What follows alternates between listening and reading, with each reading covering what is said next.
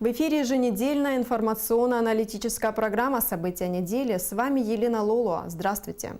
Рабочий визит президента России Владимира Путина в Абхазию – главное событие недели. Встреча лидеров Абхазии и России прошла в Пицунде в закрытом формате. Лидеры двух стран обсудили вопросы обороноспособности, безопасности и социально-экономического развития. Визит пришелся на 9-ю годовщину августовской войны 2008 года в Южной Осетии. Поездка российского лидера в Абхазию вызвала предсказуемо негативную реакцию официального Тбилиси и Запада. Неприемлемым назвал дипломатический вояж Путина в Абхазию Госдеп США. Ранее Владимир Путин трижды приезжал в нашу республику в 2009, в 2011 и в 2013 годах. Хронология предыдущих визитов и о том, каким смыслом наполнен недавний. Все это в материале Ирины Аршба.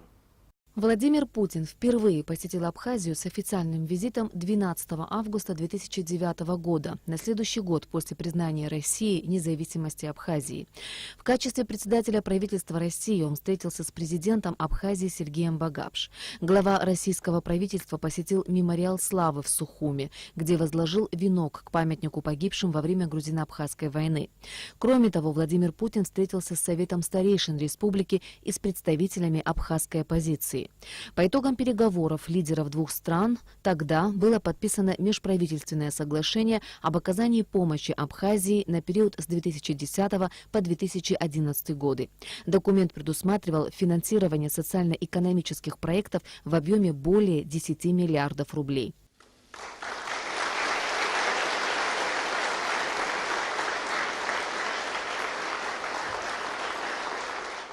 В следующий раз Владимир Путин приехал в Абхазию, чтобы принять участие в церемонии прощания с президентом Абхазии Сергеем Багапш, скончавшимся 29 мая 2011 года в одной из московских клиник.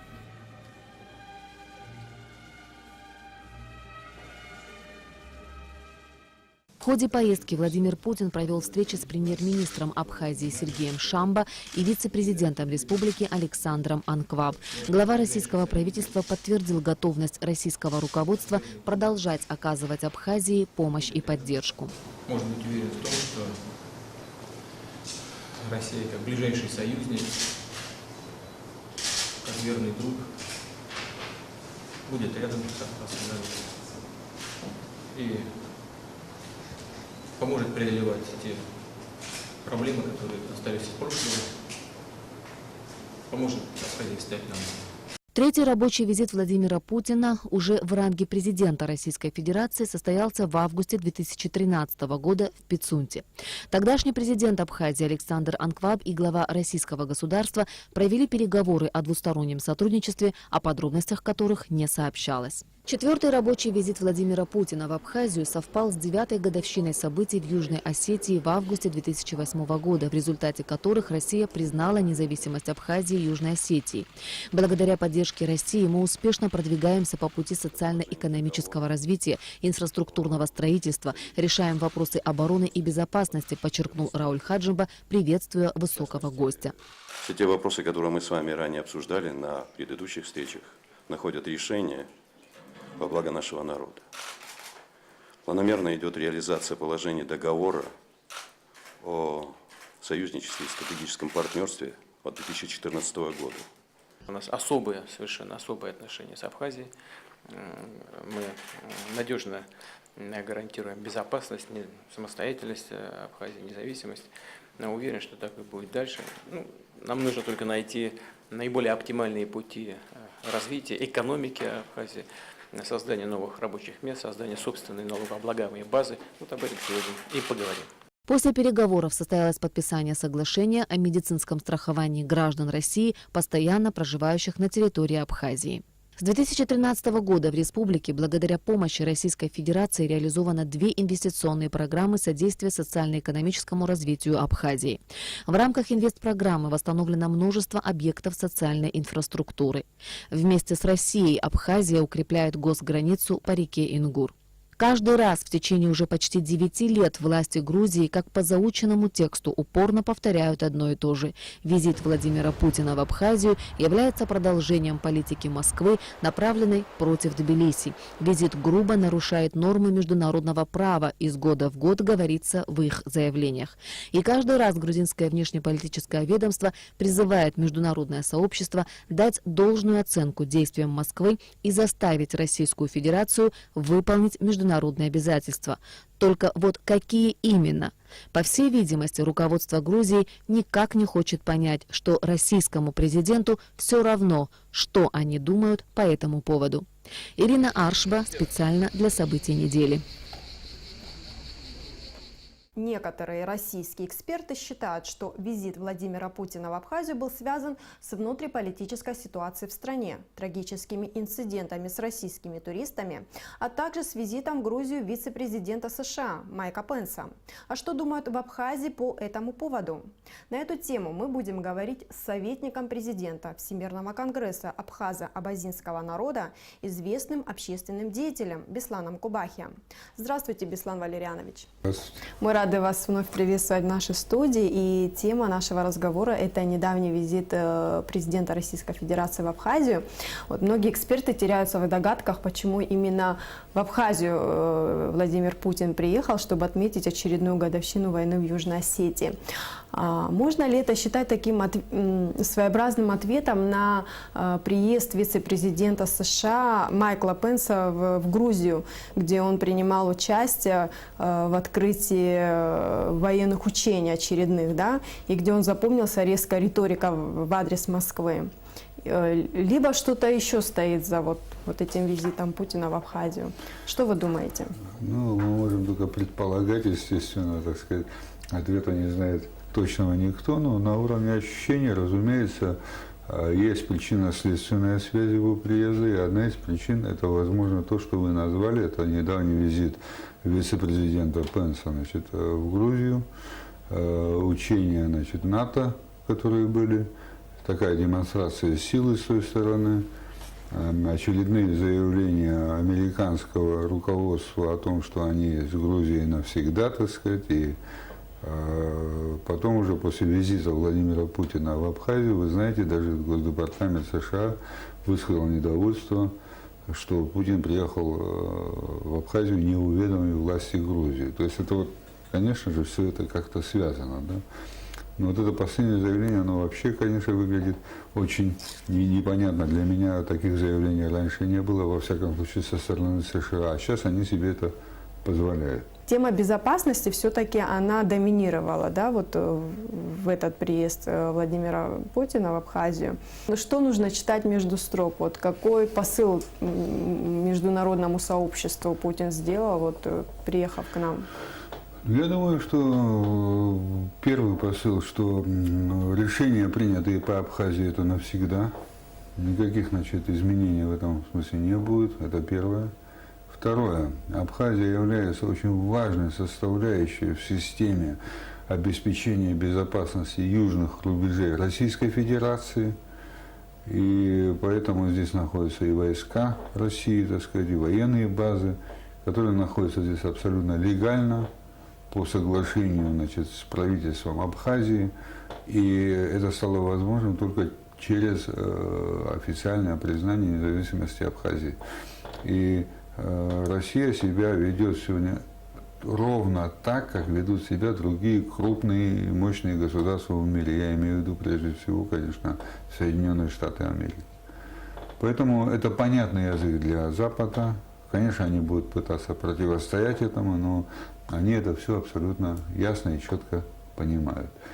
А что дает это нам? Значит, опять-таки словами Путина можно сказать, что безопасность Абхазии надежно защищена. С другой стороны, надо вспомнить, что, значит, какой фон вокруг Абхазии создавался вот за месяц, за два до вот этих событий, так сказать, да.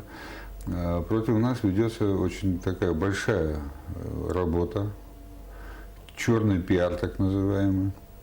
Любые происшествия, которые происходят в Абхазии, а они, к сожалению, бывают, и среди них есть и трагические происшествия, и неприятные происшествия для нас всех, да, они, значит, путем манипуляции со стороны журналистов, которые специально, на мой взгляд, наняты, значит, по этим вопросам, так сказать, они через современные технологии раздувают из этого вселенский скандал, и начинает, значит, уже эта вот негативная информация многократно тиражируется в средствах массовой информации.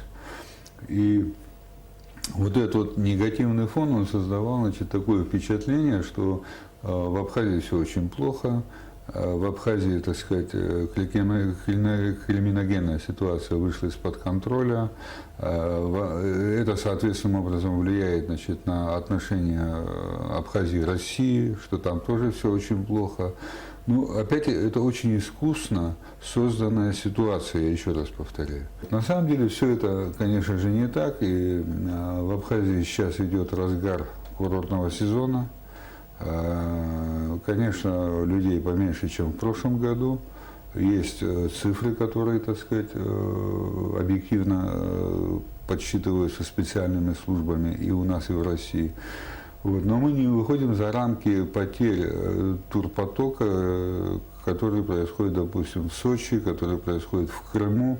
И это объективно, потому что в этом году очень большую работу проводят другие туристические направления, имеется в виду Тунис, Египет, Турция, Греция. Вот 4 главных направления, где, значит, государство спонсирует даже перевозки людей авиасамолетами, так сказать, и все делается для того, чтобы завлечь и вернуть туристов в эти страны. Мало того, в России начал развиваться еще и внутренний туризм очень серьезно. Очень многие люди, которые хотели бы поехать, допустим, на море, в этом году, значит, предпочли внутренний туризм. Хочу обратить ваше внимание, было заявление, значит, Григола Абашидзе, по-моему, если я не ошибаюсь, это представитель МИДа Грузии, единственный представитель МИДа Грузии, который сегодня имеет какие-то контакты с МИДом Российской Федерации. Как известно, значит, никаких дипломатических отношений нет у Грузии и у России. Через Швейцарию они, значит, как-то общаются, а вот между ними, значит, какой-то формат вот этих женевских встреч есть, и какие-то встречи происходят. Так вот, Абашидзе, значит, заявил о том, что, как ему кажется, будет пересмотрен обязательно вопрос признания независимости Абхазии и Южной Осетии со стороны Российской Федерации. Ну, наверное, Путин бы для этого не ехал в Абхазию, чтобы об этом сообщить. Нет, было сделано специальное заявление МИДа Российской Федерации по этому поводу, и там было в очередной раз заявлено, что этот вопрос пересмотрен не подлежит, и никаких изменений в этом смысле нет и быть не может.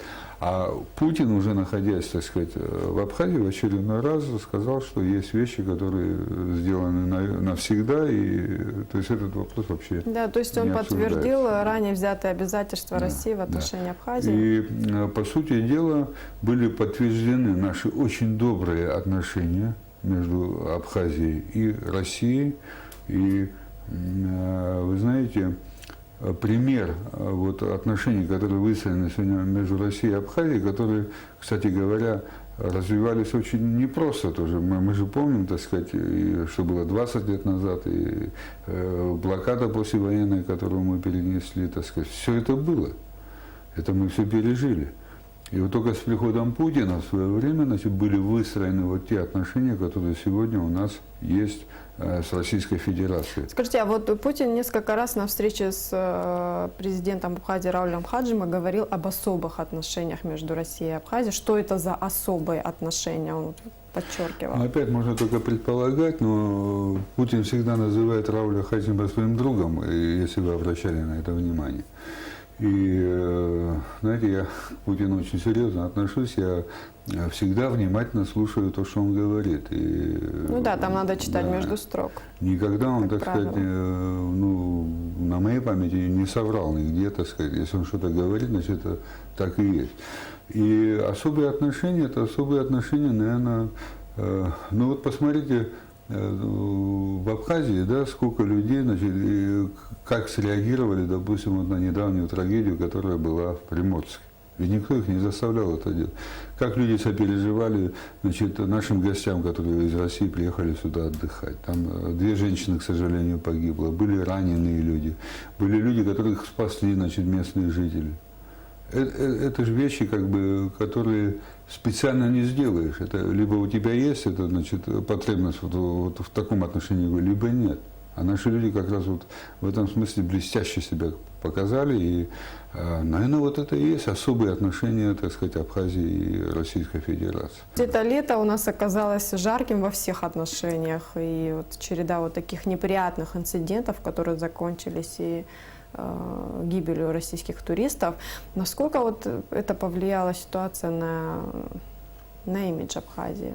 Вот вы говорите, что турпоток в принципе не очень сократился в сравнении с прошлым годом.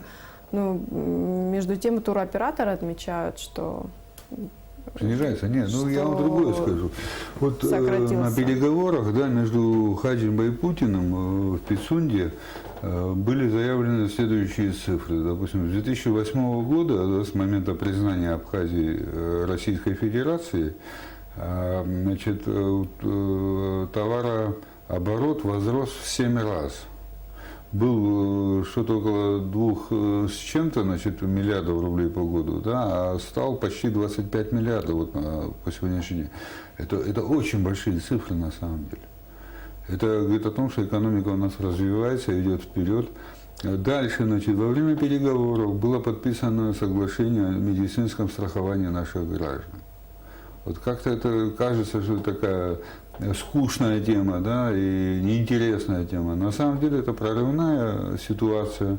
У нас не секрет, что очень много людей ездит лечиться, значит, в Республику Грузия. Ну, вы знаете, я, честно говоря, никого не осуждаю, потому что когда человек попадает в такую ситуацию, ему надо как-то своего близкого вылечить, или ребенка вылечить, или самого себя. Да? И если у него нет никакой другой возможности, он будет искать любой способ, так сказать, да? И осуждать за это, наверное, не стоит. Но сегодня, вот после подписания этого соглашения у наших людей появляется официальная возможность бесплатного получения лечения в клиниках Российской Федерации. И это очень серьезный прорыв, чтобы вы понимали. Дальше хочу сказать, опять-таки, вот из того, что у меня осталось в памяти, то, что говорил Путин, что речь идет о том, чтобы помочь Абхазии стать экономически самодостаточной республикой. А это полностью совпадает с тем, что декларирует президент Хаджимба, который говорит о том, что формальный суверенитет ничего не стоит, а суверенная республика может быть только тогда, когда она сможет жить на собственные средства. По его инициативе, кстати говоря, в комплексный план развития сегодня включены средства, которые будут направлены на создание, значит, рабочих мест и предприятий, которые будут приносить прибыль. То есть, если до сих пор деньги шли на инфраструктурные объекты, на школы, на больницы, допустим, все это тоже очень нужно, да? Но эти объекты, их надо же еще и содержать. Это же дополнительная нагрузка на бюджеты ложится, и республиканские, и местные. Но чтобы содержать, надо же прибыль какую-то получать в бюджет. А как ее получать? Нужны предприятия. И вот сейчас, насколько я знаю, значит, формируются вот эти вот задачи, ставятся именно так, чтобы появились новые рабочие места, новые предприятия. Мало того, значит, насколько я знаю, и это тоже было предложение Хаджимба, значит, начать финансировать льготным кредитованием местный бизнес и местное предпринимательство, частные компании, частный мелкий бизнес и так далее. Если все это случится, да, нормально, да, ну, оно не может произойти за один день, да, но оно вот в обозримом будущем обязательно даст результат. Очень много чего. А как вы думаете, насколько рачительно и рационально на местах мы используем российскую финансовую помощь, российские деньги? Ну, хотелось бы верить, что рачительно используем, но я хочу вам сказать, что если это не так, да, это спрятать тоже не удастся. Ведь вся эта помощь, которая, значит, расходуется сегодня, она находится под контролем Счетной палаты Российской Федерации, которую возглавляет Татьяна Голикова, которая не прощает неэффективное, значит, расходование средств российским предприятиям. Она одна из немногих, кстати говоря, политических деятелей Российской Федерации, которые прямо ставят вопросы вот на Совбезе России, на Госдуме, там, Совете Федерации. И это не скрывается. И что вы думаете, она закроет глаза, если будет у нас, значит, расхищение этих денег? Я думаю, никогда этого не будет. Это вот в прошлые разы тоже, если вы помните, когда приезжала Счетная палата, она выявляла очень серьезные, так сказать, нарушения в этом плане. И я думаю, что наши власти это учитывают. Я думаю, что сегодня ситуация немножко получше должна быть с этим. Возвращаясь к визиту Путина, в интернет-форумах звучит вопрос, почему именно в Пицунду президент Владимир Путин приехал, а не в Сухум. В дипломатии существует, значит, несколько видов визитов. Да? Есть официальный визит, допустим. В этом случае гость должен приехать обязательно в столицу страны. Его должны встретить, значит, там красная дорожка должна быть, почетный караул, гимны двух государств, ну и так далее, и так далее. Есть протокол, который ему надо соответствовать. Есть такое понятие, как рабочий визит, кратковременный визит. Наверное, вот этот визит попадает под второе определение, когда человек приезжает, чтобы обсудить какие-то вопросы и подписать конкретное соглашение, которое было подписано вот в присутствии двух президентов, министрами здравоохранения России и Абхазии. Вот. А почему именно в Пицунде, то я хочу вам рассказать, что там находится официальная резиденция президента Российской Федерации. В свое время, вот в 1991 году, когда я был председателем Госкомного общества Абхазии, когда рухнул Советский Союз, парламент Абхазии принял решение, значит, что все бывшие предприятия Советского Союза, которые находились на территории Абхазии, они принадлежат народу Абхазии и Республике Абхазия. И мне было поручено привести в соответствие это решение. То есть перевести в юрисдикцию Абхазии все вот эти предприятия. И я начал это делать. Единственный объект, вот, который мы тогда не перевели, это были вот военные санатории, так сказать, ну, накалялась тогда ситуация, вы помните, и мы решили не торопиться, так сказать, с этим вопросом. А вопрос вот резиденции, значит, президента Российской Федерации в Пицунде, это известная хрущевская дача, потом брежневская дача была. Как знак уважения Абхазии к России, вот тогда Владислав Григорьевич принял такое решение, давай это мы оставим за Российской Федерацией. Поэтому сегодня у нас в Абхазии есть официальная резиденция, куда может приехать, значит, глава российского государства. Президент говорил о безопасности, да, и в основном о туристической безопасности, я имею в виду Владимира Владимировича. Естественно, наш стратегический союзник и страна, которая признала независимость Абхазии, хочет, чтобы у нас с криминогенной обстановкой была все в порядке. Вот что нам нужно сделать для того, чтобы уровень безопасности был на порядок выше, чем сейчас? Ну, прежде всего, да, как мне кажется, надо просто соблюдать собственные законы. Вот если мы не будем соблюдать собственные законы, у нас ничего не будет. Государство – это соблюдение собственных законов. Вот это первое. Второе, значит, что я хотел сказать, да,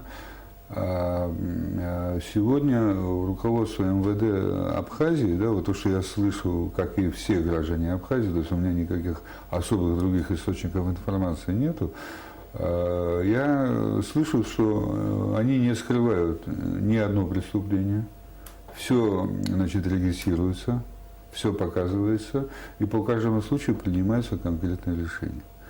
Если мы вот таким путем будем идти дальше, да, я думаю, что мы на правильном пути находимся.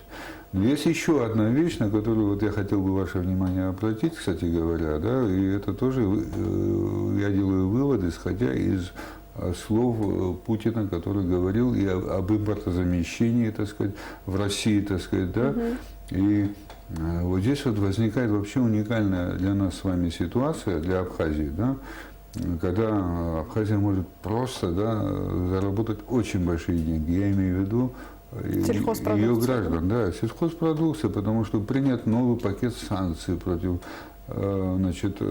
России. Была какая-то надежда на то, что новое руководство Соединенных Штатов Америки как-то отменит уже существующие санкции. Так они не то, что не отменили, они приняли еще новый пакет, более жесткий. И вот возникает ситуация импортозамещения во многих вещах, и здесь вот появляется огромное окно возможностей для Абхазии, для молодежи Абхазии, которые хотят заработать. Поверьте, что в Абхазии можно зарабатывать очень приличные деньги, выращивая продукцию, перерабатывая ее и продавая в Российскую Федерацию, потому что Российская Федерация может проглотить 10 продукций, которые 10 Абхазий может выпустить.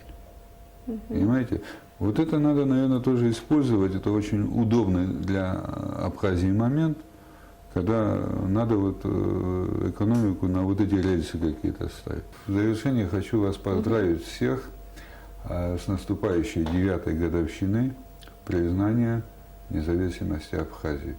В 2008 году произошло событие, которое, казалось бы, тоже ни один эксперт не мог просчитать, чтобы Российская Федерация признала независимость Абхазии. Это исключали все эксперты, поскольку... Но Владислав Арзенбов в это верил, да, что это когда-нибудь случится. Да, поскольку считалось, что это очень плохой пример для республик, входящих в состав Российской Федерации, и что Россия никогда на это не пойдет. А Владислав Григорьевич говорил, надо потерпеть, надо подождать. И, собственно говоря, он оказался абсолютно прав. И вот в 2008 году произошло событие, значение которого невозможно переоценить для нас, для будущих поколений.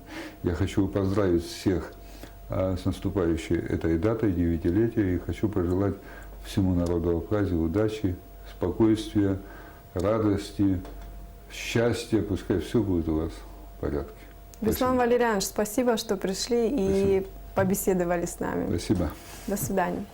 У нас в гостях был Беслан Кубахия, советник президента Всемирного конгресса абхазо-абазинского народа, известный общественный деятель.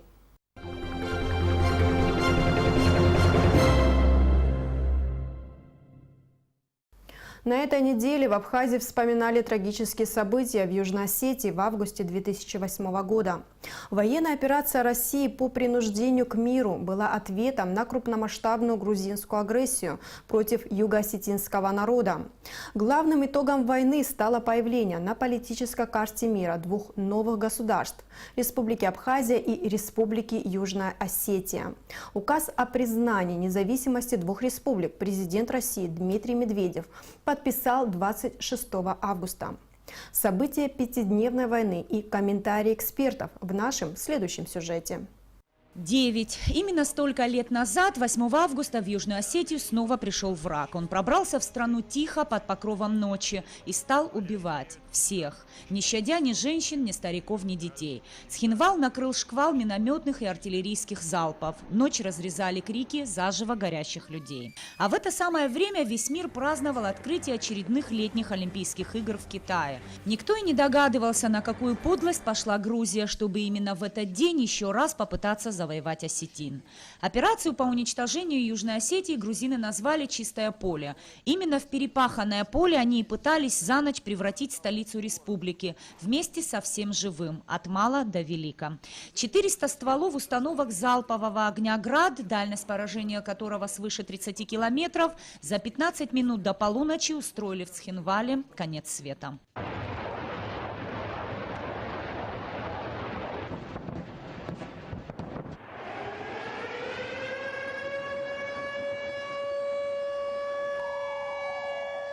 Артиллерийский налет ненадолго прекратился лишь наступлением утра. Единственная СМИ, которая в тот момент находилась в Южной Осетии, американская, поспешила сообщить миру: глубокой ночью Россия напала на Грузию. И ни единого словечка о том, что на головы спящих осетин грузинская армия бросила тысячи снарядов, а Цхинвал пыталась спалить дотла.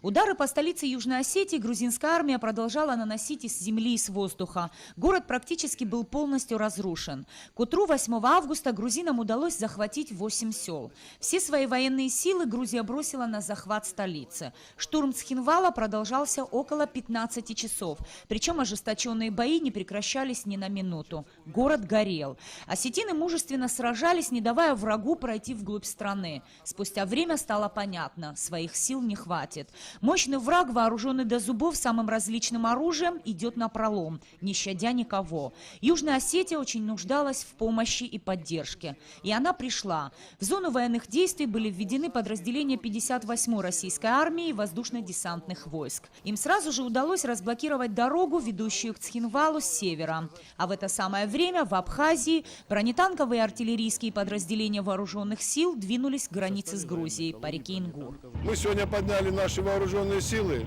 частично и выдвигаемся в сторону грузинской границы. Вот. Сейчас ведем диалоги с миротворцами, стараемся сделать так, чтобы и миротворцы выполнили свою миссию, поскольку мы никогда не нарушали взятых на себя обязательств. И тем не менее, в зависимости от того, какова будет складываться ситуация в Южной Осетии, мы свое движение не остановим. Чтобы пресечь любую попытку развязать войну и в Абхазии, была объявлена боевая готовность номер 1. И подразделения абхазской армии были стянуты не только на границу с Грузией, но и к Кадорскому ущелью. Враг продержался в Южной Осетии недолго. Трусливо поджав хвосты, грузинские вояки спешно покинули Южную Осетию, оставив за собой слезы, горе и разруху. Август 8-го стал переломным для всего Кавказа и для геополитического расклада вокруг него. Интерес к региону не пропал, а наоборот возрос. Но именно война в Южной Осетии приблизила нас всех к заветному дню, уверенно говорят сегодня ученые. Событие, о котором мы говорим, 8 августа 08, которое в истории осталось, да, это как бы стал детонатором, который в конце концов завертело геополитическую атмосферу до такой степени, что в конце концов за короткий срок Россия пришла от декларативных заявлений о признании территориальной целостности Грузии до признания государственной независимости. Прошло 9 лет. За эти годы какие только маститые дипломаты и политики не брались за разрешение наших отношений с Грузией. На всевозможных уровнях не раз говорили о необходимости Грузии подписать мирный договор с Абхазией и Южной Осетией. Но именно этот документ грузинское руководство упорно отказывается подписывать уже на протяжении многих лет, делая вид, что всерьез обсуждает его. Фактически вся политическая среда западных стран полностью поддерживает ту политику, которую проводит Грузия. Несмотря на то, что эта политика носит такой агрессивный характер в отношении Абхазии и Южной Осетии. Мы прекрасно понимаем, что все информационные, в том числе ресурсы, задействованы на то, чтобы потакать этой политике. В том числе и на женевских дискуссиях Грузия пытается подменить формат этих дискуссий, представляя конфликт как конфликт между Россией и Грузией. Естественно, мы понимаем, что это неправда, что это далеко не так, но, к сожалению, грузинская информационная машина, поддерживаемая Западом, она внедряет в массовое сознание, прежде всего западного сообщества, западной политической среды, вот эту мысль, эту идею, и, к сожалению, она имеет такую популярность на Западе. Каждый раз, размышляя на тему войн и мировых конфликтов, приходит на ум история с Косово. В итоге, с точки зрения дипломатии, удачно завершившаяся. Практически одни и те же западные политики и государственные деятели говорят о приоритете суверенитета и территориальной целостности именно в случае с Грузией. И праве наций на самоопределение лишь в случае с Косово. Абхазию и Южную Осетию они не берут в расчет. Мнение наших народов им не интересно. Взаимоисключающие принципы великих держав – свидетельство двойных стандартов демократического мира, с которыми нам еще придется сталкиваться на международной арене. Нис Фаршба, Беслан Джинджоли, Тимур Гугохи, Абхазское телевидение. 10 августа у администрации села Приморска Гудаутского района собрались жители, пострадавшие от пожара на складе боеприпасов, который произошел 2 августа. Они просили власти ускорить работу по очистке их приусадебных участков от неразорвавшихся мин и снарядов и помочь восстановить разрушенное жилье. Сколько домов оказалось в эпицентре событий и в какие сроки правительство обещало устранить последствия взрыва на военном складе? Все это в репортаже наших корреспондентов. Более недели прошло со дня чрезвычайного происшествия, когда произошел взрыв боеприпасов на складе Министерства обороны Абхазии в селе Приморское.